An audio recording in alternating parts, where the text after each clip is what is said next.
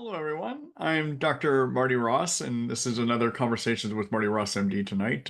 As you know, this is a webinar that I try to host once a week, although last month I was a little sparse, but regarding Lyme disease. And these webinars are created by your questions. So I look forward to seeing what you have in store for me tonight. The way that you participate, there's two ways. Number one, you can listen to the questions and the responses that I give, and also the interactions I have with the person asking that question. Or you can write a question to me as well, too. Generally, I take the questions in the order that they're received, and where you get the questions to me is to write them to me in the chat box. And make sure when you write that you send it to everyone so that everyone participating tonight can actually follow along when I read your question too. After I take a person's question, then I will open it up for further discussion about their question, not a whole new question. All right. So your main question, the only way I'll get to it is if you write it in the chat box. And I ask that when I take follow-up questions to some question that I answered, that you stay to the topic that we've been discussing about. Okay. All right. And so, as usual, I'm creating a recording of tonight's webinar. My goal would be that I have it out to you tomorrow morning, somewhere between 9:30 a.m. As you all know, this is a Wednesday webinar, which is not typical, but I'm having to do a Wednesday night tonight because I have a dear friend of mine that's in from out of town that the only time we could coordinate being together, visiting with each other before he heads back to North Carolina is tomorrow. So I needed to free up tomorrow so that I could visit with him. But I didn't want to fully cancel the webinar given I wasn't too available last month. And so we're having it Wednesday. Next week, we have another webinar scheduled, and the week after as well. Both of those will be Thursday webinars again. Okay. All right. So without any further ado, let's go ahead and get started here. So first question is from Sarah. And Sarah says, I have questions related to dental issues and chronic Lyme. I've had a gum abscess leading to a root canal, and now the same abscess is back. Can a tooth extraction spread Lyme bacteria and cause more issues? Are there any precautions I should take? My dentist suggested I could wait and monitor with an X-ray in a year, but I don't know if it's better just to pull it now given my Lyme history. She's not familiar with Lyme disease. What's the best antibiotic to use if I opt to pull the tooth? All right. So, the issue with, I guess there's a couple of issues. I know you have an abscess right now, but then I want to talk about Lyme and teeth. All right. So when you have Lyme disease and you've had previous dental work, especially root canals, there's the possibility of developing small pockets of infection under the root where you had the root canal work done. And those pockets of infection can have Lyme germs living in them.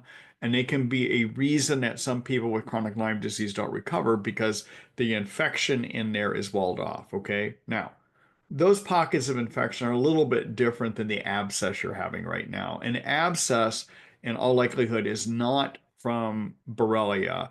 It's probably from regular germs that live in your mouth that have invaded below the gums and maybe even into the pocket under the root canal. In terms of a couple things to think about, okay, now I am not a dentist, okay, but I'll play one sometimes here in these webinars. But if yeah, regarding the abscess, I think there's two ways to get rid of it. One is to have the tooth pulled, and the second way is to do regular antibiotics. Okay. Now, neither one of those should result in a spread of Lyme, if you're concerned about that. The reason to pull a tooth is if the abscess is under the tooth that you had that root canal. One of the things that may happen is even if you get that abscess cleaned up with antibiotics, you may still be dealing with pockets of Borrelia infection that are separate from the abscess that you have. And pulling the tooth out removes that place that the pocket can be. Sometimes when you don't have an abscess, the way that we'll treat those pockets of infection is to give them hydrogen peroxide or ozone treatments in there. Biologic dentist or dentist that would do that, okay? And in terms of antibiotics that are typically used for abscesses, you can use oral abscesses. Augmentin is a possibility, which is a penicillin. That penicillin also has the ability to treat spirochete Lyme if you should happen to have that. Okay. But again, I don't think that the spirochete, Borrelia itself, is giving the abscess. I would give you a 99% chance or more that this abscess is a result of common bacteria that live in your mouth that happen to work in there. But I am raising an issue that you could have pockets even before you got this abscess, that when you have root canals, there's the possibility of developing small pockets of Borrelia under there. And for that reason, many of us will advocate removing teeth that have had root canals to get rid of that potential pocket location. Okay. All right. So, Sarah, did that answer your question, or do you have any follow-up questions to that? No, that did answer it. Okay. All right. Good luck to you. Thank you so much. Oh, one thing I just to make you aware of, if they do augmentin and you still have Borrelia infection in your body, not Bartonella, not Babesia, but Borrelia, Lyme, augmentin again can kill the spirochete form of Lyme. It doesn't kill cyst Lyme.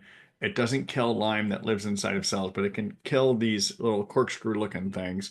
So sometimes you'll get a Herx reaction from that, from killing Borrelia that's in your body. Okay, so just be aware of that when if they do use augmentin with you. Okay. Okay. All right, let's go. Does anyone else have a question regarding what I just talked with Sarah about? All right, let's move on. Hello, Kelly. Let's see. Hi, after negative lab core and blots, I finally have a positive Bartonella fish test. Still have weeks to wait for the results of Ed Beichwart's study with the combined serologic and molecular approach. What are the chances the study comes back negative and this fish is a false positive? I don't want to go around telling my circle I have Bartonella and then put my foot in my mouth when I get the other results. P.S. I sent you a brief email because there's a question I'm not comfortable asking on Zoom or on Lyme United. Okay. So, Kelly, I have a quick question for you to help answer this. Was the fish test performed by IGeneX, or who did the fish test? It was Igenics, and I had a really well acclaimed mobile phlebotomist come to my house to take it with their kit. Okay. And then in terms of Dr. Breitschwart's study, I'm trying to remember if he's sending things off to the T labs to have the microscope exam done or not. Do you know if that's what's going on with that? Um, I know it's supposed to take 11 weeks. I thought he was affiliated with Galaxy. He Is is, that what you but meant? I'm just wondering what he's doing with his study. I'm not familiar with the testing he's doing with his study. Can you tell Right. me Let me that? just double check. I don't know about sending it off, but her thing says, I'm looking at an email from his assistant. She says, we perform serological-based testing for the detection of Bartonella antibodies in serum, in addition to molecular-based testing of blood detection for the 3B's DNA. We utilize newer molecular techniques that are not widely available to many diagnostic labs, Yeah. but have been, does that, Okay. does that That answer the answered it. question? That answered it. So what they're doing is, as you are correct, they're affiliated with Galaxy, and Galaxy would be doing two types of testing, and therefore I suspect that's what they're talking about. Okay. So serologic means they're doing antibody testing. They're seeing if your immune system is making antibodies that attach to the Bartonella germ. Okay. And in this case, it sounds like they're looking at other tick-borne infections too. And then, in addition, his lab, Galaxy, specializes in doing PCR testing for various infections. And PCR is basically is looking to see if you have the DNA of the germ in you. Okay, all right, all right. Now, by comparison, the fish test that you had done at IGeneX is a microscope exam. So I would call it a direct test versus antibody testing, and well, PCR testing is a direct test too, but let me try to explain those terms here in a minute. But so the IGeneX is basically they take your blood and then they put a stain on the blood that will attach to the DNA of the germ they're trying to see. All right. And it will fluoresce.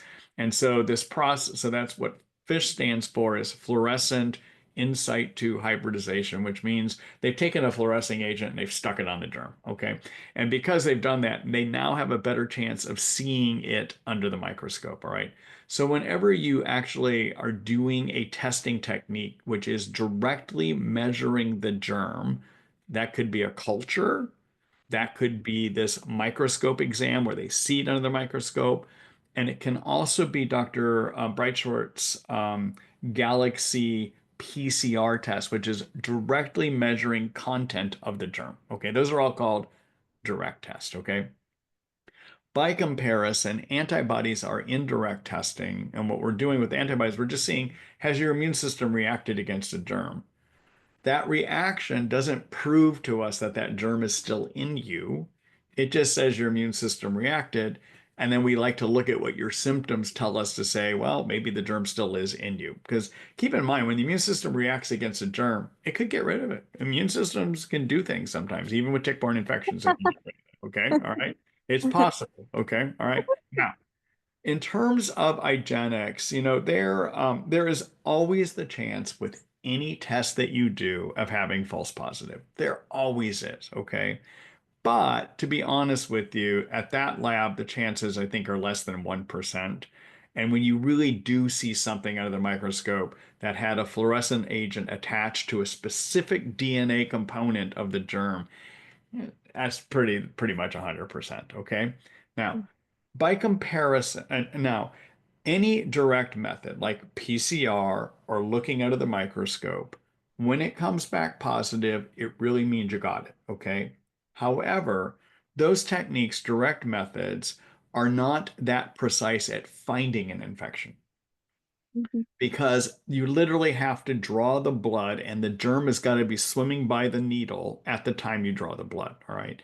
And these infections like Bartonella, Borrelia, do not readily live in the blood. They tend to live inside cells or they tend to live in tissues that don't have good blood flow. Okay. So the trouble with direct testing, whether it is the IGeneX fish testing, or it's Dr. Bosignani's T lab where he looks under the microscope, or it's PCR testing that's being done by Galaxy. The problem is we really don't have any laboratory studies that tell us how good they are at finding the infection when it's there. Okay. Now, I will let you know with Borrelia, Lyme, there's good studies that tell us the PCR technique is only good at finding Lyme when it's present 30% of the time. All right. We do not have any studies about Bartonella though, and but many of us are doubtful of how good that even Galaxy or even regular fish testing is great at finding the germ when it's there. But when you got it, when those tests come back positive, it's real. Okay. Now, because as a result of what I just said, if your testing from Galaxy comes back negative and I was treating you, I would use the one positive test from IGeneX and say you got it, okay? Because the Galaxy method PCR, likely that Breitschwartz is using it, has a high chance it could miss because it's hard to find it in your blood, okay? And antibodies that they're using to look for, sometimes when you have active Lyme, it can suppress your immune system or Borrelia, I'm sorry, or Bartonella. It can suppress your immune system so you don't generate enough antibodies to measure. Okay. So most of us, when we're treating for these infections, if you get just one positive test, even if other tests are negative about that germ, but you get one positive test, and you have enough symptoms that suggest that infection could be in you, most of us will treat for that infection, basically. Okay. Okay. Yeah. I know that's a long-winded response, but Oh, yeah, yeah. yeah, no, that's super helpful. I've started working with a holistic psychiatrist, which I'm really excited about. So Yeah, she was the good. one to do the fish. And I said, I'm already connected with Ed. I'll do that as well. Yeah, Um, and so I emailed with her and she said the fish means you have active Bartonella. yeah. And so I think she's going to go ahead and treat that and the other things, that she thinks are there. Hmm. And as I discuss with my support system, and I'm beginning to let them know what's going on and what Yeah. all my plans are. I Yeah. wasn't sure if I should, like, I haven't, showed the stamp of the positive fish yet because Right. I was like, oh, what if Ed's thing comes back negative and then I'm not trusted or something? But I think from what you just said about most people using the one positive thing, I think it's Yeah. time that I Yeah. verify that with my support system, probably. Right. Remember, so there's something I like to tell, especially when I was treating patients in my practice too. No test diagnoses a problem. Yeah. All right. Diagnose. So a test is just a clue we use. It's another clue. Right. Yeah.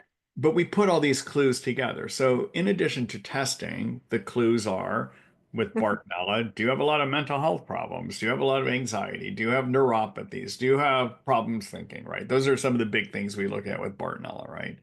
Do you have a risk you could have gotten these infections? And do you have any physical exam findings? So we consider these four areas and just you don't base because even a positive test can be wrong if you don't have enough other symptoms that support that diagnosis as well too. Okay. All right. Mhm. So you have to piece it together and ultimately diagnosing any of these is a medical opinion. And you have a psychiatrist evidently that's saying, yeah, this is it. So that's what I would base my weight on. And I know you've got skeptical family members there, but remember, the thing to point them to is raise with them again. It's not all about the test. It's a clinical diagnosis of which there's a clue, and this one test is a strong clue. So my doctor, who's a professional, not a family member who doesn't really know about these things, my doctor has said I have it. And that's what you got to stand on, basically. Okay, thank you. Yeah, yeah. Good luck to you. Mhm.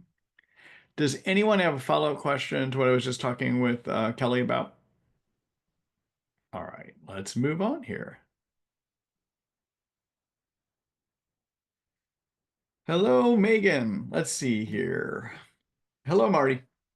Megan, it's good to see you here, actually. It's been a while since we chatted. Hi there. All right, hello, Marty. Let's see. You have listed ProBoost as a great supplement for acute viral illness. Do you see benefit in taking it daily for immune modulation since it increases Treg cells, or would you recommend one of the thymus bioregulators on an ongoing basis? This could be the purpose of immune modulation tolerance. Yeah. So, so let's just talk briefly about so whenever so what ProBoost is, everyone, is a protein called thymus protein A that is made by the thymus gland. It sits here in your throat, okay?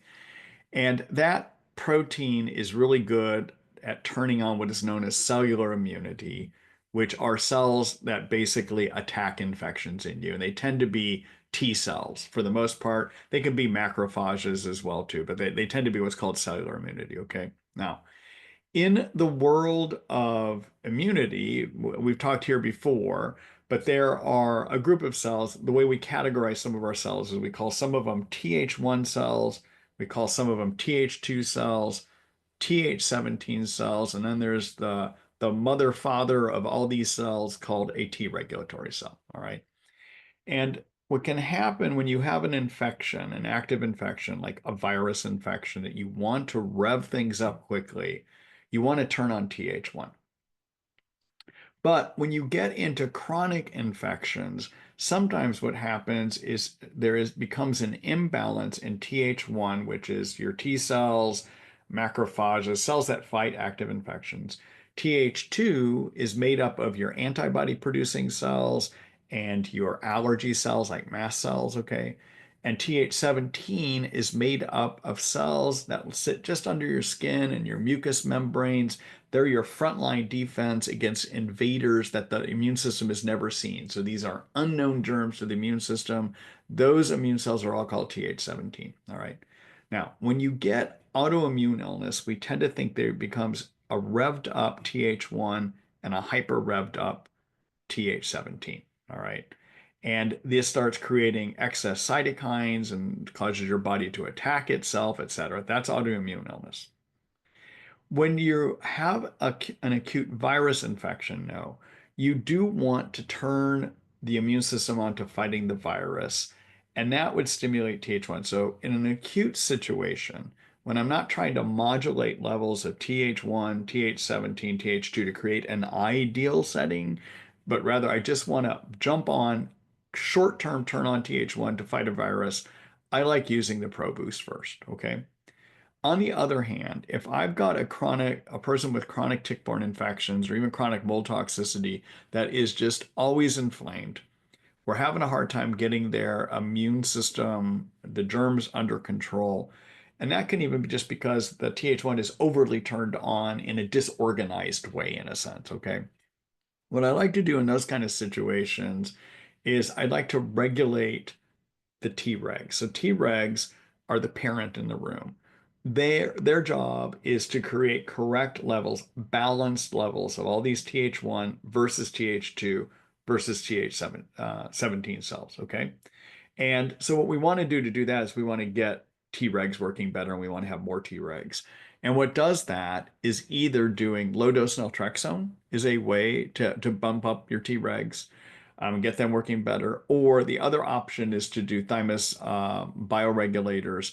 And the product I like for that is the product by Integrative Peptides called Thymogen Alpha 1 has two thymus gland bioregulators in it that together can create harmony among Th1, Th2, and Th17. Okay, so it all depends on what you're trying to do. If you're trying to head off that cold that you're getting, then I would use a Pro Boost. But if you're really trying to get your immune system better harmonized so you're not as inflamed, and by getting some better regulation Th1, Th17, you actually get better balance of cytokines, which makes you feel better. Having a better balance of cytokines helps all of your immune system work better. And that, so if it's about helping to improve your chronic infection treatment, I would either go with the thymus bioregulators or I would go with the low dose naltrexone. Yeah. Now, did all that make sense to you? Oh, I'm not hearing you there, Megan. I need your microphone on there. Great. Oh, yeah. Yes, it all made sense. Would it be redundant to do Thymogen Alpha 1 and LDN if the goal is for immune modulation and regulatory support? Yeah. So usually no, it's not, but usually what I would do is start one at first and see, make sure you're not having any intolerance issues with either one. Most people can tolerate either one of these. I don't know that, if you're trying to do the full court press of immune balance, yeah, you could do both together. Often people are going to benefit from one or the other. The difficulty is with low dose naltrexone is it sometimes can take up to 6 months before you know the full results of it. I would say, and before I stopped practicing, I found that the Thymogen Alpha 1 usually have a pretty good sense if it's going to make some benefit for somebody, either with lower inflammation, better energy in how they're feeling, usually within about 2 or 3 months. So what you might do is start with like a Thymogen Alpha 1, and that's at 1 pill twice a day.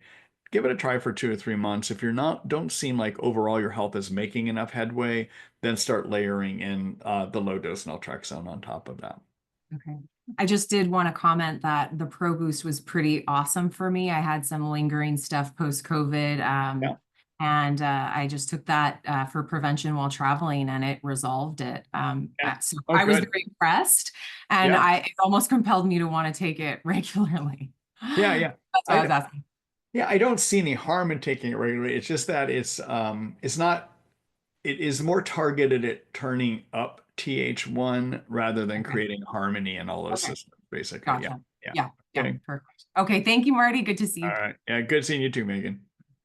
Does anyone have any follow-up question to what Megan was asking there? All right, let's move on here then. All right, let's see. Hi, Dee. I see my latest lab results show that I am positive for Lyme, mold, Bartonella, H. pylori, and Candida. What should I begin treating first? So in terms of a quick question for you regarding that H. pylori, usually the H. pylori test is an antibody test, and Just measuring antibodies does not mean H. pylori is causing you a problem, and your body sometimes can get rid of it on its own. So where I'm going with this is, do you have any symptoms of H. pylori? Do you have any stomach pain, upset stomach kind of pain? Hi. Yeah, I have a whole lot of gut issues. You do have a lot of Yeah, gut issues. yeah. Uh-huh. Okay. I can't even digest food, basically. Yeah. Okay. And then have you had any stool testing done then? Was the H. pylori a Yes. blood test, or is this something they detected on stool testing? Diagnostic solutions. I had the GI map. Okay, okay. Often what I will do, so when somebody's got a mess of infections going on, I'd like to do follow my Ross support protocol in terms of non-infection things too. Okay, so I just want to point that out. So I would make sure you're doing things to get 7 to 9 hours of sleep. I would make sure that you're doing things to lower your inflammation cytokines, which are kicked up by all of these problems, all right? And it's the Mm. cytokines that suppress your immune system and make you feel bad all over, basically, okay? So make sure you're doing something to lower those cytokines, like a curcumin phytosome by thorn, for instance, okay? I'll show you my protocol here in a minute. I like getting people on ashwagandha because it's useful at stimulating the immune system and help boosting your energy up a little bit.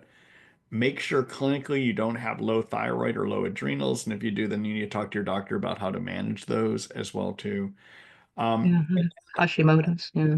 yeah, and then I'd Mm. like in these kind of situations, as I'm dealing with getting a handle on that, I'd like to go after Candida first.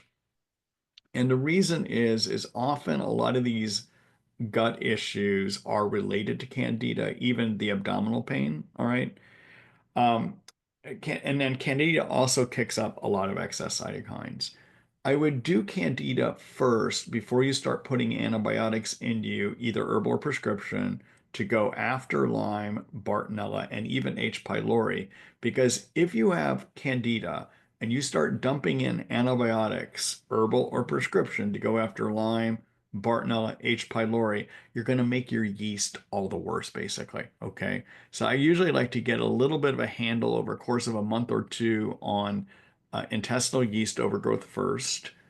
And then once I have a handle on that, in your situation, if you still are having quite a bit of abdominal pain after clearing yeast, then I might go after H. pylori next. On the other hand, if you're not having any more abdominal pain, it could be, even though they detected H. pylori with antibodies, it may not be an active infection for you. Okay. All right. Now, I would also, after you get the Candida under control, um, in terms of mold, so based on your history, then is when I would decide whether I'm going to go after mold or the tick-borne infections next. Okay. Okay. So some people, even though you have positive Lyme testing, antibody testing for Lyme, the tick-borne infections, even with that infection, sometimes the immune system can keep a lid on it. Okay. And so what I like to do, my people that come to see me and they have you know, mold and they have tick-borne infections, I'm trying to figure out based on the history, is it possible that this is really just all mold toxicity issues? And so the way that I try to ascertain that is based on the story of how somebody got sick. So if somebody was doing well in their life, even though they may have had a tick bite years ago, and they moved into a new building and suddenly they got sick, I'm thinking mold toxicity is the issue. And I start asking them a bunch of questions. Tell me about that home. Tell me, did you find black mold in there? Was there anything that was obviously black mold? Okay. And if the question is yes, that we had tons of black mold in the building when I got sick, then I would say start working on mold toxicity next. And so the reason I'd say mold or yeast first, then mold, I have gotten a few people well that had similar picture to you, positive tick-borne infection, positive mold testing, positive candida. And when I started clearing things, they did a lot better after we got Candida cleared. Then the next thing we started working on for about 3 to 6 months was mold. And I've had a couple people, that's all I ever did with them, even though they had positive Borrelia testing and Bartonella testing, because Bartonella and Borrelia, yes, they had antibodies against it, but that wasn't their problem. Their problem was imbalances created by mold and by yeast. Okay. So those are just some thoughts for you to think about. Okay. Sounds good. Thank you. Yeah. Are you working with somebody that's Lyme literate at all? They say they are, but Uh, you know, Yeah, because if here anyone's out there in New Jersey, please let I me know if someone, I understand. The reason I said that is, I've just given you broad parameters, but it's when you're sitting in the office one-on-one with somebody, and I know that any of these, maybe all of them really are your problem, okay? But it may not yeah, be. So in my course of my visit, I'm trying to figure out what's the next thing we go after, or do we go all of them? It's kind of a clinical art form to kind of filter through all this, all right? But I don't think you'll go wrong going after Candida first for a month or two and just see where you land and start seeing what that opens up for you in terms of making decisions. And then again, look at your history. If you can look at your history of how you got sick and it's pretty clear to you that boy, I was doing well, and then I moved in that house. I had that black mold on the wall. Well, go after black mold next, then, basically. Okay. okay, sounds good. Thank you. All right. Yeah. Good luck to you. Hmm. Thank you. Anyone have a follow-up question on that? Oh, let me just do a quick screen share here. Kelly does. Kelly, I'm gonna come back to you in just a minute here. Let's see here. I'm gonna do a quick screen share. All right. So, that. So again, you all should be familiar with my treatment protocol, but this is my treatment protocol, which you'll find under the Ross protocol page here. And basically what I was trying to say is make sure you do the key things, like take the steps to get sleep. And, I give you ideas on how to do that here. Make sure you're on a lower inflammatory diet. And that tends to be a plant forward diet, not plant exclusive, but plant forward diet tends to be low inflammatory. Make sure you work on things to take care of your intestinal microbiome. In your situation, it would be getting yeast out, but also you need to work on probiotics and feeding and giving your good bacteria healthy, uh, promoting bacteria food like polyphenols and prebiotics. And you can either get those through food or as supplements. And I talk about that here. Cytokine control, like I was talking about, this is where you're going to take things like curcumin or a combination of products that have things in it that lower cytokines.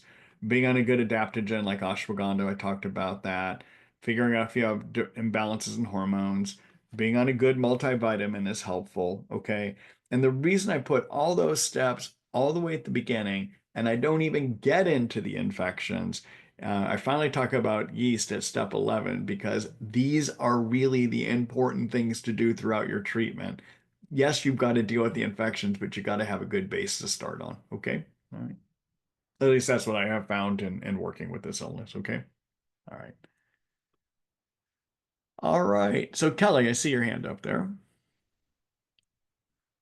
Yeah, the first thing was just a quick comment for Dee, and then what you just shared, I'd have a quick question for myself.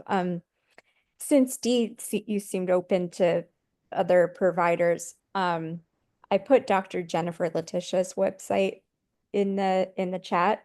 Marty had recommended her as I asked who's the Marty Ross of the East Coast, and just because she's in Connecticut, I don't know if she's licensed in New Jersey, but even that might be a easy trip for you. So from my interactions with her, I would recommend if you're looking for other, even like a second opinion consult. And then when you were talking, Marty, about the plant forward, Mhm. do you have like a favorite greens powder or anything else for people who have a lot of like textural sensitivities and difficulty with the executive function of like getting vegetables the Huh. old raw way? That's a good question. I don't. I wonder. Unfortunately, I don't. That's kind of situation I'd probably get a nutritionist involved to help give you some ideas on that. Yeah. Thank you. All right. Good luck to you.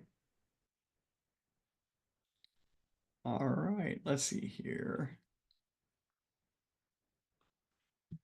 Hello, Chris. Let's see. I Dr. Marty. I have trichothecene mycotoxins, yeast, and persister Bartonella. What is the order of treatment, or can I treat all of them same time? If the latter, what is the daily protocol? Thanks, Chris. So, Chris, yes, you can treat mold toxins and Bartonella at the same time. Again, as I mentioned earlier, I'd probably start, follow the steps of the Ross support protocol that I mentioned earlier. Sleep, cytokines, all that stuff. That's all very important. Okay, you're not going to recover from tick-borne illnesses by poisoning the germs alone. You just won't. All right. But then what I would do then is get that going and at the same time work on your yeast. That's where I would start usually for about a month or two, work on getting yeast under control. Then I think it's okay to start removing mold toxins and go after Bartonella at the same time. You can actually do that, okay? If you're going to go after the mold toxins with the binders that you wind up using, I would wind up taking a pill a day of the binder that you use one time a day. I would not start it twice a day. And that will leave you plenty of room to deal with Herxheimer reactions, etc., as you go after Bartonella as well, too. All right. Now, in terms of what to do for the yeast, again, look at my protocol in terms of ideas for sleep, being on ashwagandha, getting on curcumin phytosome by Thorne, 500 milligrams 3 times a day to lower your cytokines. Those are all important. In terms of yeast, what you can look at is either going an herbal antimicrobial option. Herbal antimicrobials for yeast will take about 2 months and they work about 80 to 85% of the time. As an example of an herbal protocol, you could use a product by Karuna, which is called Capri Plus. Capri Plus has in it ingredients that in the lab are shown to be effective against yeast. And so, for instance, it has garlic, it's got caprylic acid, and it's got some oregano oil in it as well too. And usually I'll do a couple pills twice a day. If you don't want to go that route, a good prescription option would be to do fluconazole, also called diflucan, 200 milligrams a day daily for 30 days, coupled with nystatin, which is also a pill. It's a prescription, 2 pills twice a day. And that prescription option usually will clear yeast overgrowth in about a month, 90% of the time. Okay. All right. So it's a little bit quicker acting. And the other thing, though, keep in mind, getting rid of yeast and setting the stage so that you don't have a return of yeast easily. You've also got to support the good bacteria, growth of good bacteria in your gut. All right. And so it's important to make sure you're taking plenty of polyphenols and plenty of prebiotic fibers. Now, polyphenols are the chemicals in food that give a lot of color. So if you happen to have food that has a lot of reds and blues and greens and oranges in it, I'm not talking citrus orange, I mean orange colors in it, you're getting plenty of polyphenols, all right? But if you're a person that is not a vegetable eater and it's just hard to get a lot of color in your diet, in that case, you may want to take a supplement called Polyphenol Booster that's rich in polyphenols, primarily from pomegranate in that one. And I would do a couple pills 1 time a day. All right. And then in terms of prebiotic fibers, you get prebiotic fibers in having a diet that's rich in plants. All right. Now, I didn't say plant exclusive, but a range of whole fruits, not fruit juices, but whole fruits, vegetables, whole vegetables, even beans and legumes, in the form where you have fiber attached, a whole bean, a whole legume. Those are not going to feed yeast because their sugars are tied up in the fibers, basically, okay? But the fibers that you get through your plants are prebiotic.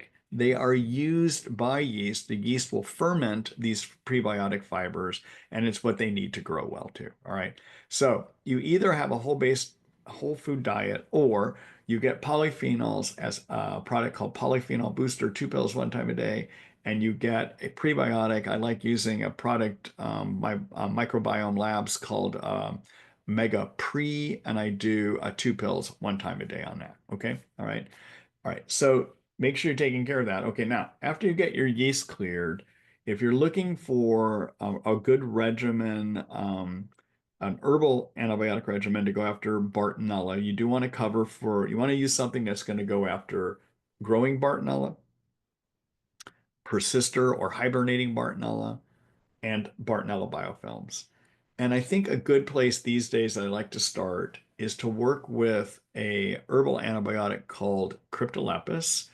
Cryptolepis is also really good against Babesia. It's also very good against growing and persister Borrelia.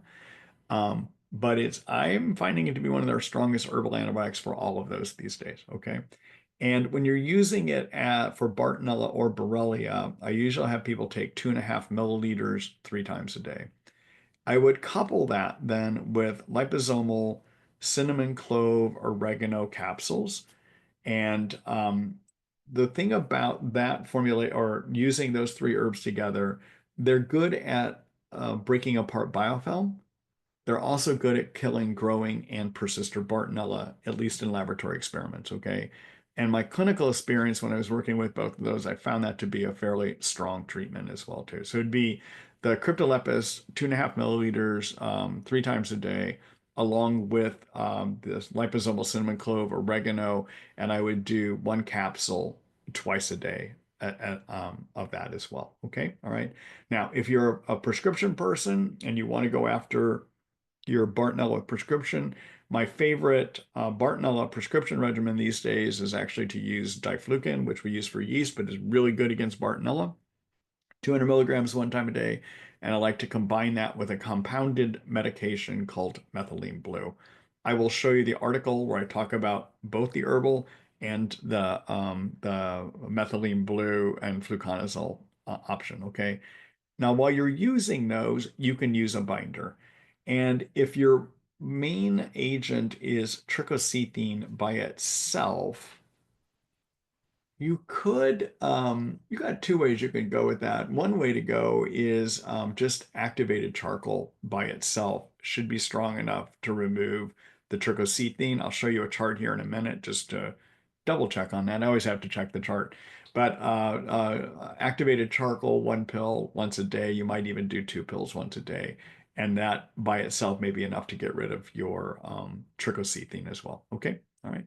So let me just do a quick screen share here and then I'll open it up for questions. All right. So in terms of the Bartonella, I would take a look at, I'm trying to get all the way up here to the top, take a look at my online Lyme guide here and look under the infection treatment plan section, look at the ultimate Bartonella treatment guide. And then down here, I have a box that gives you the herbal options. For the best herbal option, I also include Japanese knotweed here, but if you're just starting and beginning to do this, I think Cryptolepis by itself, along with the cinnamon clove oregano, is enough, okay? Here's the methylene blue fluconazole option that I discussed as well too, all right? And then in terms of the mold toxicity, and the table of potential binders that you could use, take a look at my mold toxin illness article. And in here, about 2 months ago, I developed this table that reviews key binders that you can use depending on what your toxin is, all right? So trichocethenes are down here at the bottom, and activated charcoal is good for both of those. And so you could use just activated charcoal by itself if you want to do something natural, okay? All right. All right, that's what I got for you. Do you have any follow-up questions on that?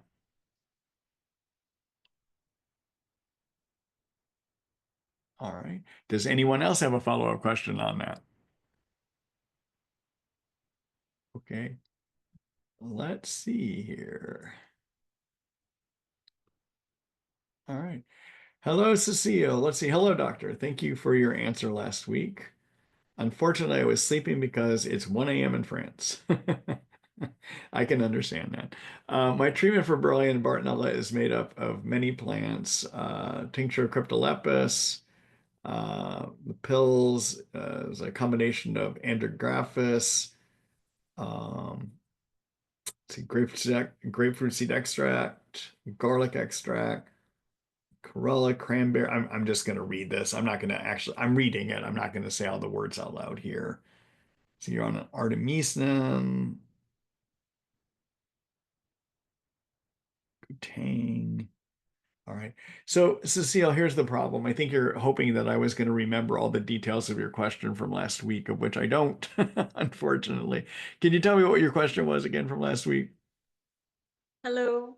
Hi, Cecile.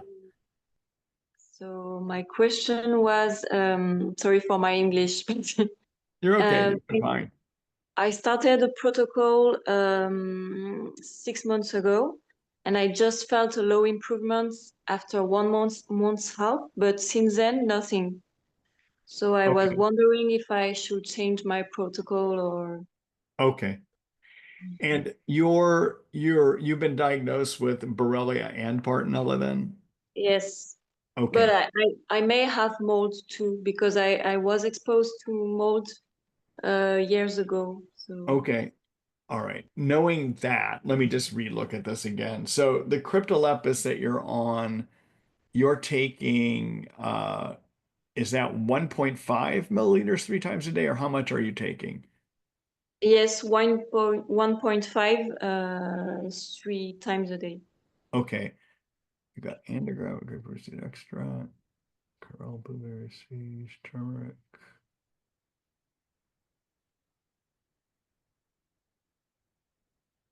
Okay. Hey, let me suggest a simplification of what you're doing. All right. Okay.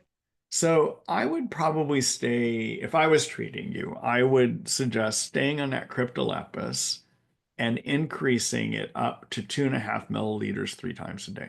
Okay. Okay.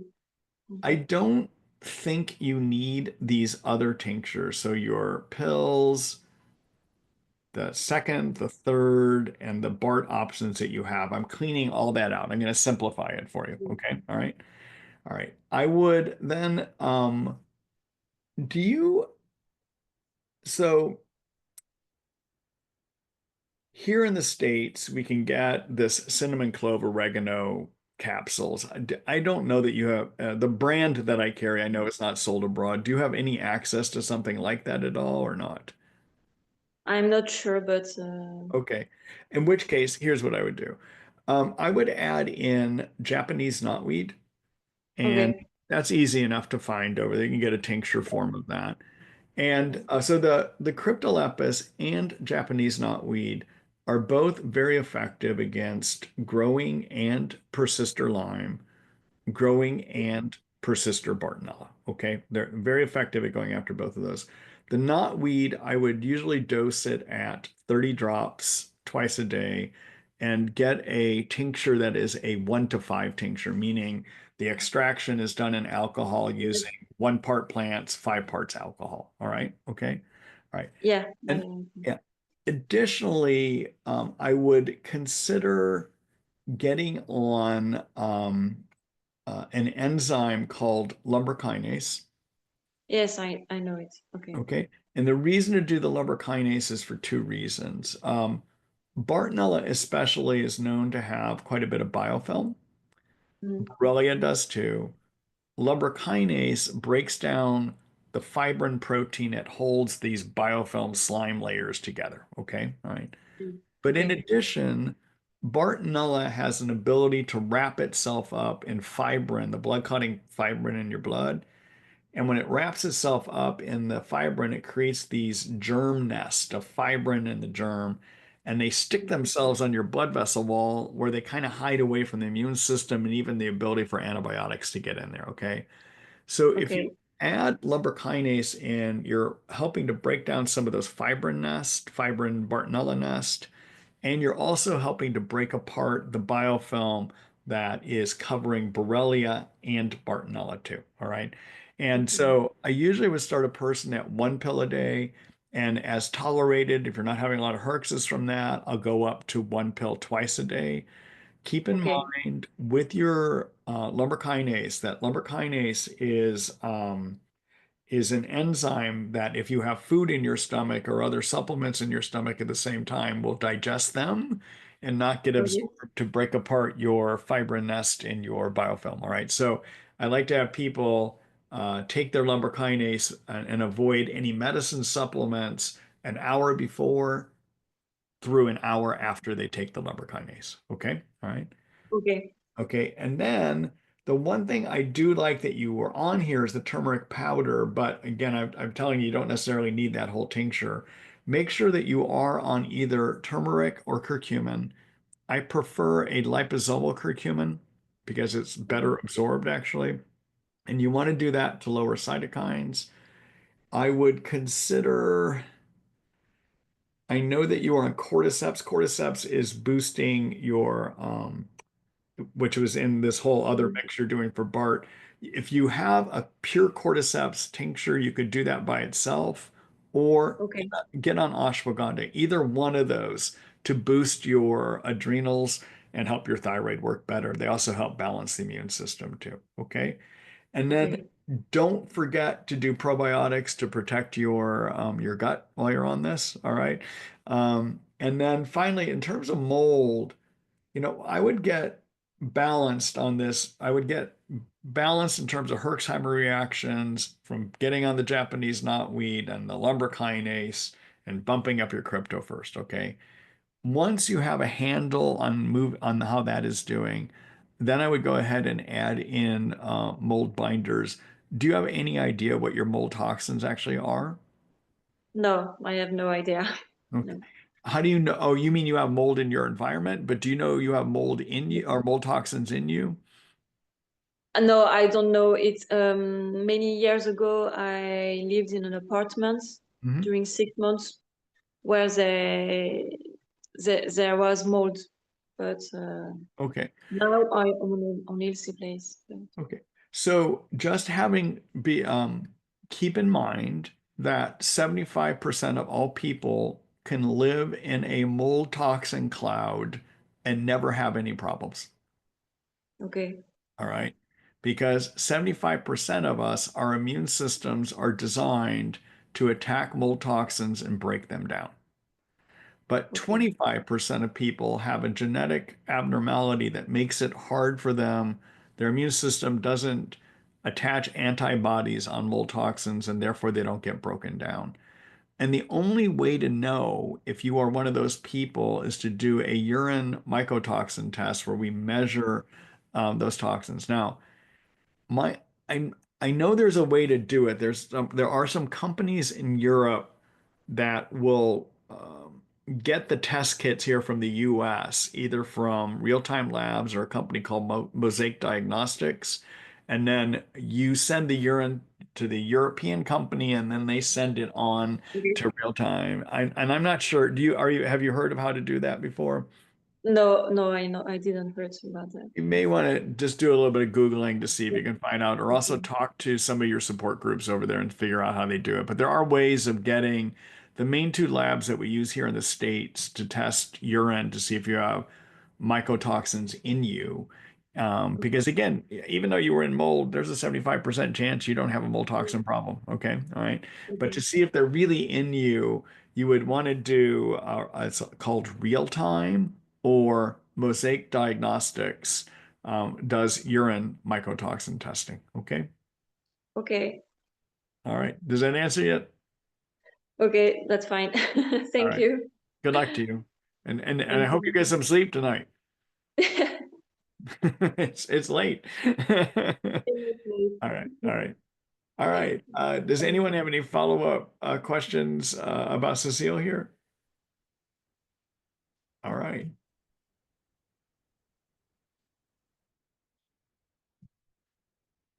Hello, Nancy. Let's see. Hello, Dr. Marty. Can you suggest supplements to suppress cytokines for someone that is a slow COMT that doesn't contain curcumin, etc.? I've been told to avoid this plus quercetin. I'm on methylene blue, minocycline, fluconazole for Lyme, Bartonella, and anaplasmosis, and I'm looking for supplements for herxing. So, so unfortunately, the standard things like quercetin, curcumin, I understand with COMT, there's concern you might not be able to handle that. So another avenue, and I'm just wondering if you've tried it before. Have you tried um, glutathione by any chance? Yes.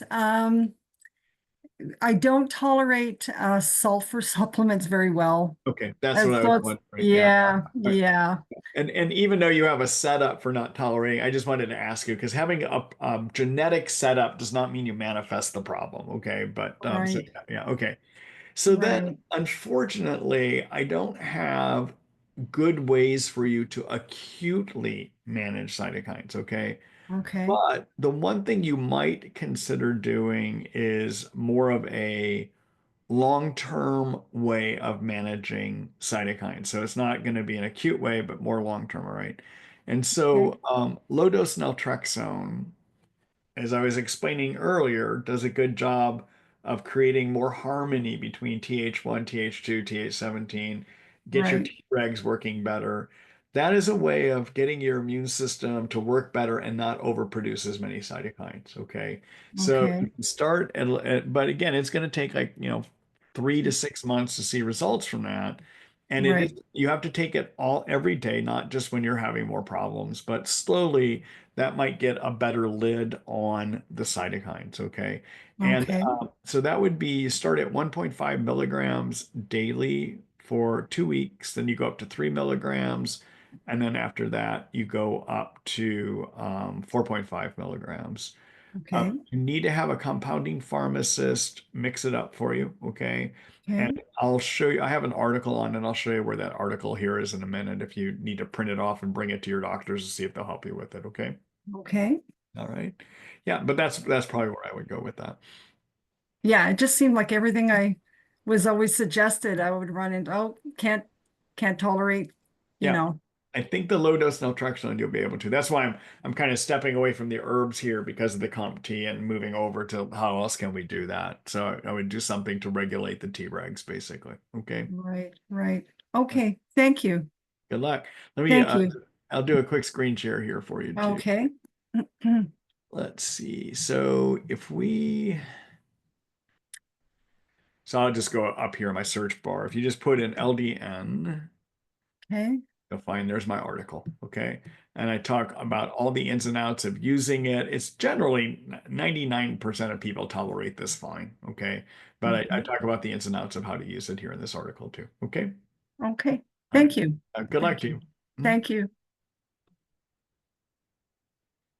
All right. Does anyone have a follow-up question about what Nancy and I were talking about? Okay, let's move on here then.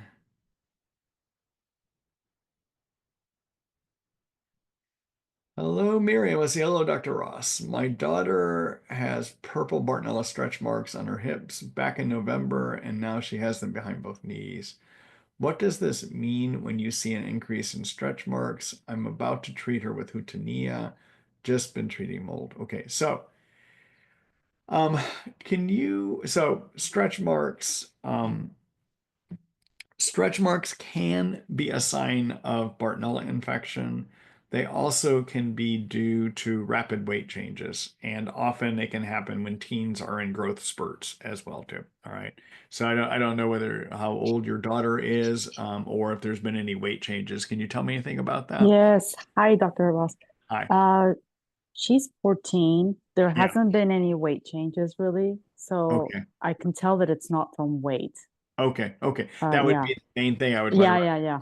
And then do you know for sure, how do you know she has Bartonella? How was that Well, done? just because of that. Other than Yes. that, I've done IGenics tests and I've Uh-huh. also done the MDL, the Okay. Mosaic Diagnostic Lab.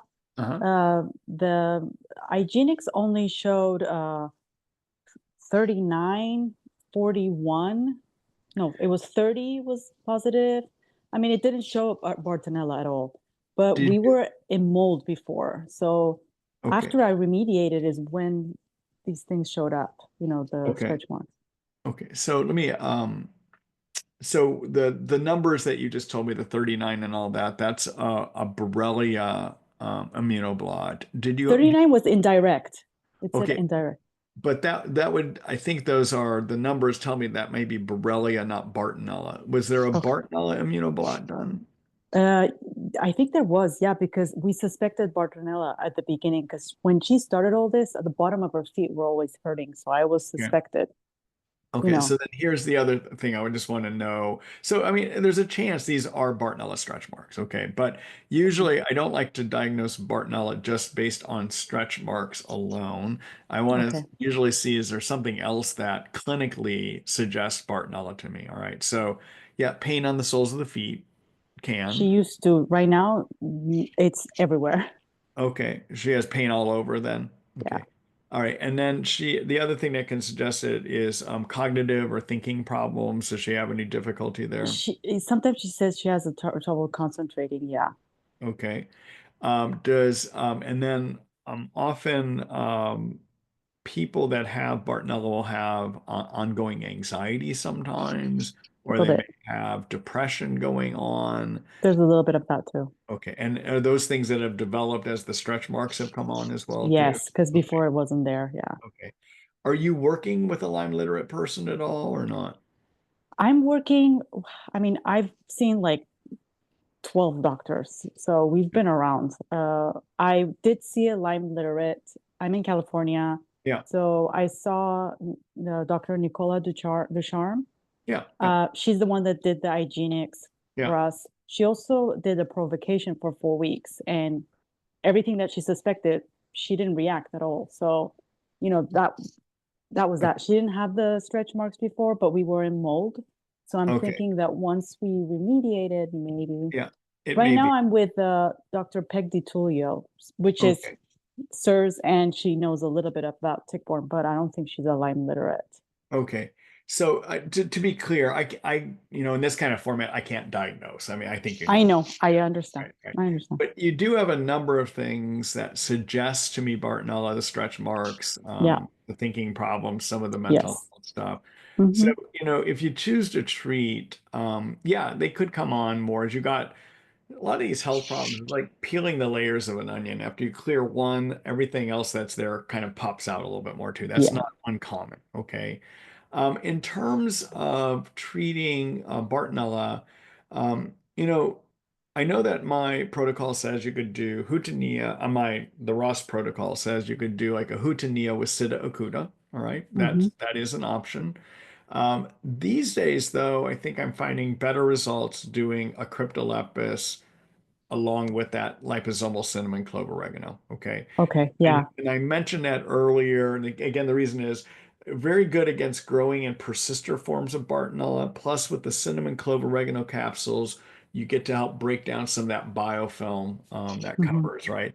And Yeah. if you said she's 14, Yes. yeah, so 14. you could do the same kind of dosing I would do on an adult. Yeah. She does Yeah. adult right now. Yeah. Yeah. So I would Okay. do, when I'm treating Bartonella, I would do about 2.5 milliliters 3 times a day on the crypto. I would get her on that Yeah. first. And Okay. as she's tolerating that, then I would probably go ahead and add in the cinnamon clove oregano capsules. The product I like using for that it's called liposomal cinnamon clove oregano essentials. It's made by a company called Doctor Inspired Formulations. I do carry it at my store, and I would do one capsule twice a day on that. Okay. Great. Thank you so much. I Yeah. appreciate it. Good luck to you. Good luck to your Thank dog. you. Thank you. Thanks. Oh, you have a second question here. Yeah, sorry. Yeah, I no just problem. wanted to know if the C6 Yeah, peptide, she did the MDL and the yeah, C6 peptide was positive. So wondering yeah. if that's Lyme. So the C6 peptide is not, so in medicine, it is a positive test and it can suggest having Borrelia as well too. However, when it's positive, it's not solid proof. It's more of a Okay. suggestion. Okay. Okay. Um, I will tell you if she does have Borrelia, though, this program that I suggested for taking care of Bartonella is a good Borrelia treatment as well, too. Great. Okay. All right. Great. Great. Okay. Thank you. Thank you so Good much. luck. Thank you.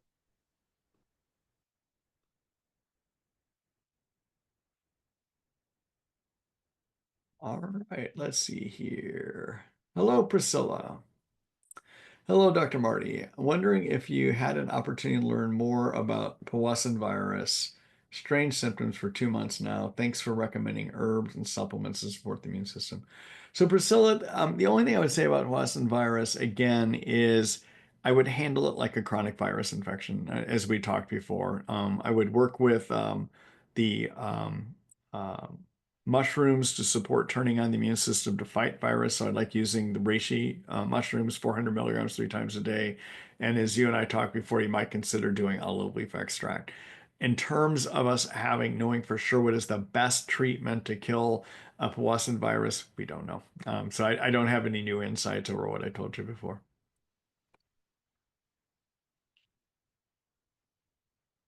Oops. Your microphone's still muted there. There you go. There you go. Yeah, I just thought I would check in. It's been absolutely bizarre for 2 months now. Yeah. I don't have any other insights for you, unfortunately. Okay. All right. Thank you very much. Good luck to you. Thanks.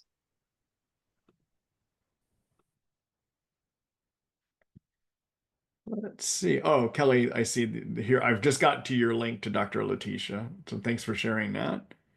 And then Sarah says, I have a follow-up question to your earlier answer about an antibiotic after pulling my tooth. I always get a yeast infection after antibiotics, and my doctor doesn't want to give me fluconazole because of blood thinners. What is the best way to prevent yeast? Should I be taking probiotics during the antibiotics, during or after, anything else to prevent yeast? Okay, so what I like to do, and we kind of talked about it a little bit earlier, but you could wind up preventing yeast by doing a few things. Number one, be on an herbal yeast killer like that Capri Plus product that I mentioned earlier. It has herbs in it that the key ingredients can kill yeast in your intestines. Okay, that's a couple pills twice a day, and I would take that while you're on the tooth antibiotics. In addition, I would be on a good probiotic, and you might, and so if you don't have any existing yeast symptoms in the intestines, or you don't have any existing abdominal cramping kind of systems, the way I would do it is to work with a spore forming probiotic. And you can do that either by taking a product by Research Nutritionals called Corebiotic, or you could take a product made by Multibiome Labs called called Megaspore. And either one of those, Megaspore or the Corebiotic, you're going to do 2 pills twice a day on that. Okay, so you want to feed good bacteria. And then I would want to make sure you're feeding good bacteria too by either being on a diet rich in polyphenols, by having lots of color in your diet, like we mentioned earlier, and prebiotic fibers by having lots of plants in your diet. Okay. And if you cannot do plants in your diet, are not getting adequate amounts of plants or adequate amount of color, then I would look at doing Mega Pre, which is a prebiotic, 2 pills 1 time a day. And I would do the polyphenol booster, 2 pills 1 time a day on that. Okay. All right. So Sarah, did that answer your question for you?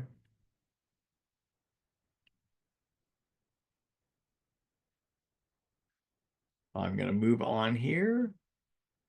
Okay, so everyone, I just want to let you know I have one more question here, and it's 7:08. So if any of you have other questions, feel free to ask them. If not, we'll settle up early tonight too. Okay. Thank you, Dr. Ross. Sorry, I was on mute. Yeah. Did that answer for you, Sarah? It did. Thank you so much. I so Okay. appreciate it. Good luck to you. All right.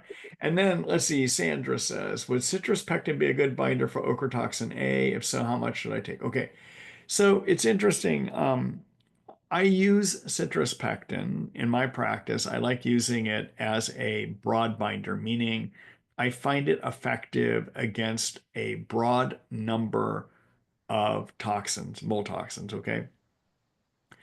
I will let you know there isn't much research on it. So if you go and look at that mold binder table that I showed you earlier, that's based on research that says this binder will work on this toxin, etc. You won't see that the citrus pectin is there, although in the article I do mention that I have a lot of good benefit using it as a broad spectrum binder. And where I really like to use it especially is if people are getting lots of constipation on either cholestyramine prescription, well-call prescription, or taking a GI detox or taking a mycopole by research nutritionals, people that get constipation on those, I like to step back and go with the citrus pectin. I think it's a milder binder. I think it will take a little bit longer using it, but you tend not to get all the GI disruption and constipation. The other benefit of pectin is a good prebiotic. It's a fiber substance, okay? So it's actually quite a good food source for your healthy bacteria in your intestines as well too. Generally, what I'm going to do is I use a product by Allergy Research that has a little scoop in it, and I have people take a scoop of it 1 time a day. You could even eventually expand that up to 1 scoop twice a day if you wanted to, okay? And I do talk about it in that mold toxin article as well, all right? Okay. When you say that that it's actually a prebiotic, is it Yeah. okay to take it with food too, or is that not a good idea? So you can take it with food. This is one of those that I don't think is going to interfere. Taking it with food will interfere with its binding up your toxins, and it will still be used deep within your intestines to feed your good bacteria. But you don't think it would bind to the nutrients in the food and, No, I don't think so. Not this one. all right, thank you. All right. Good luck to you. Thanks. All right. All right, everyone, that's it. I don't see any other questions here. I'll wait just a second here, a little bit longer, but I will let you know that. So I know that this was odd to have it on a Wednesday. Next week we will be back on Thursday again. Tomorrow morning, somewhere between 9 and 9:30 in the morning, I will post up the recording of today's video, and you'll find it in the Zoom room recording area at Lyme United. Okay. Oh, it looks like we do have a question here. Missy says, taking your herbals for 4 months for 3Bs, maybe some improvement, then did 4 cycles of your artemisinin. Okay. 1 month ago for next cycle of artemisinin ran out of your product, so took Zazie artemisinin 100 milligram per capsule that has 5 milligrams of bioperine. Severe nauseated stomach, got so irritated and threw up 2 times. Now it's 1 month later, stomach still sensitive. DGL helps. Should I wait till tummy all better till try your artemisinin again? We'll also try to get RX for yeast. So it sounds like, I mean, again, I can't be your doctor. I can't diagnose here, but it sounds like you've got some gastritis, some irritation, inflammation of the stomach lining, probably caused by the form of the artemisinin that you were using. I would try to be very diligent about using the DGL 4 times a day. I would chew a couple capsules before meals 3 times a day before you go to bed. Try that for a week and see if you can get your stomach to quiet down. And then I think you could probably reintroduce my artemisinin product, not the one that you were using, and see if you'll be able to tolerate it at that point. Okay. Missy, did you have any follow-up on that? Do you have any other recommendation? Are you getting a feedback? I'm not. Oh, okay. Hold on just a second. All right.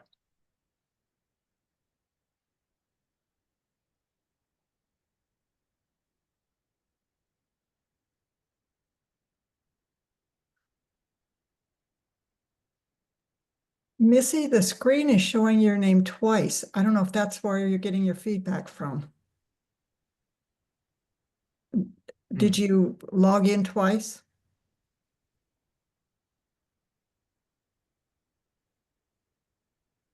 Missy, are you still there? Tell you what, I'm going to go on to the next Oh, question. Oh, yeah, go ahead. Okay, here I am. Okay. So my question is, with a sensitive stomach, Mhm. if you have any other guidance besides what you have mentioned in your articles online, Yeah. like should you wait until the sensitivity goes away?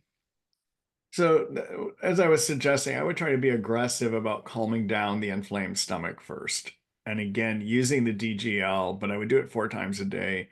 The other thing you could add to that would be to get some aloe vera juice or aloe vera gel, and you swallow an ounce of it 3 or 4 times a day as well too. and see with those two together over the course of a week if you can calm that stomach down. Okay. Okay. And then not try any kind of yeast prescription. Usually I don't find that yeast is the thing that's irritating the stomach. Okay. Okay, the way you're describing that sounds more like gastritis to me. Yeah, I've had it in the past, so Yeah. I'm not surprised. Yeah. But I guess what I'm wondering is eventually I want to treat yeast. Right. But I would let your stomach quiet down a little bit, because the trouble is, well, if you do prescriptions like a diflucan, nystatin, your stomach will probably not be irritated by them. But if you're trying to do herbal products that can kill yeast, often they have oregano or thyme oil, clove oil. They have oils, and those can be irritating to the stomach lining. So that's why I would try to clean up that stomach first if you're going to go an herbal option, basically. And so I shouldn't take the cinnamon clove, the CCO. I would hold off on that for about a week or two while you work with the DGL more aggressively and with the Well, I've been actually doing the licorice thing for about a month. How many times a day are you doing it? 3 times a day. Okay. Try to add a fourth time and try to add in the aloe vera. Okay. Okay. All right. Thank you. Yeah, good luck. All right, let's see here. Dee says, in the last few months, I've developed severe Raynaud's. Is there anything I can do to reduce symptoms? It's 72 degrees out and my fingers still turn blue. All right. So Raynaud's, everyone, is due to spasming of the small blood vessels in your hands. It can even be in the feet, sometimes even the nose. And it can be temperature changes, either hot or cold, that can trigger it. Okay. So for some people, when it's triggered by cold, wearing mittens can sometimes help. All right. Um, Things that can help, there's an herbal approach you can try, and there's also some pharmaceutical approaches. The herbal approach that I have had some success with, but you're going to have greater chances of success with the pharmaceuticals, but I'll start with the herbal first, is to try to make it so that your blood vessels are more flexible, can get through these narrow blood vessels better. So the blood cells are more flexible so they can get through better and carry oxygen deeper into your tissues. All right. And what can do that is ginkgo biloba, which you probably have heard of people using for cognitive and thinking problems and Alzheimer's. It makes it so your blood flows easier into tighter spaces, basically. And you could do 80 milligrams 3 times a day on that. See if it makes a difference. Okay. Often, though, when people have severe Raynaud's, we wind up having to work with pharmaceuticals. And there's two classes that can sometimes be used individually or even together. And this is something you'll have to discuss with the prescriber. But you can use blood pressure medicines in the family that are called calcium channel blockers. And there's something called nifedipine that can sometimes be helpful for this. Okay. The other class of medicines that can sometimes be helpful are nitrates, like you hear of people using when they have heart disease. Nitrates can sometimes be helpful for this as well too, but you'll need to work with a prescriber to help you with that. Ultimately, though, you're going to want to get control of your tick-borne infections that are disturbing your body and triggering this Raynaud's to happen. Okay. But in terms of just managing the Raynaud's, those you could either go the herbal option, which tends not to work as often as the prescription options do. Okay. Dee, did you have any follow-up on that? Yeah, I have low blood pressure. So would that, like, I could not use I'm sorry, prescription medications? I didn't understand what you said there. I have low blood pressure. Oh, you do? So Yeah. yeah, so could I use like You might, I believe there may be like a nitroglycerin cream that's going to tend to operate more just in your hands. if you do have low blood pressure, you could use these medicines, but they're going to have to be prescribed at low doses. So again, that's something I would talk with your doctor about and see if they can help you with that. Okay, thank you. Yeah. Good luck to you. Thank you.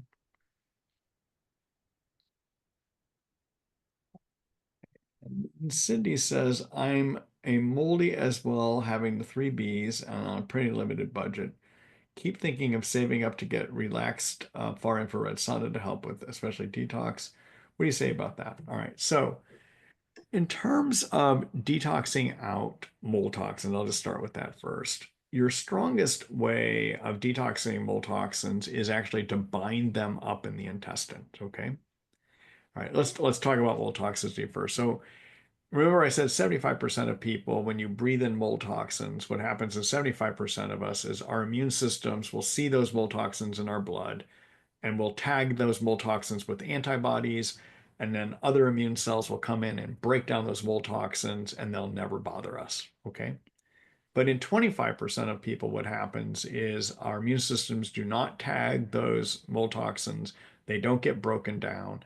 And then they go to the liver, and the liver's job is to try to clean these things out.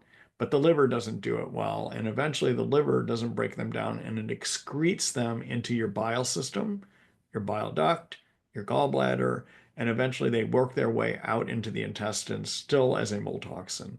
So out in the intestines, if you're taking something that can grab hold of those toxins, we call those binders, you can grab hold of them, that binder will hold on to them, and you poop them out, and they don't get absorbed.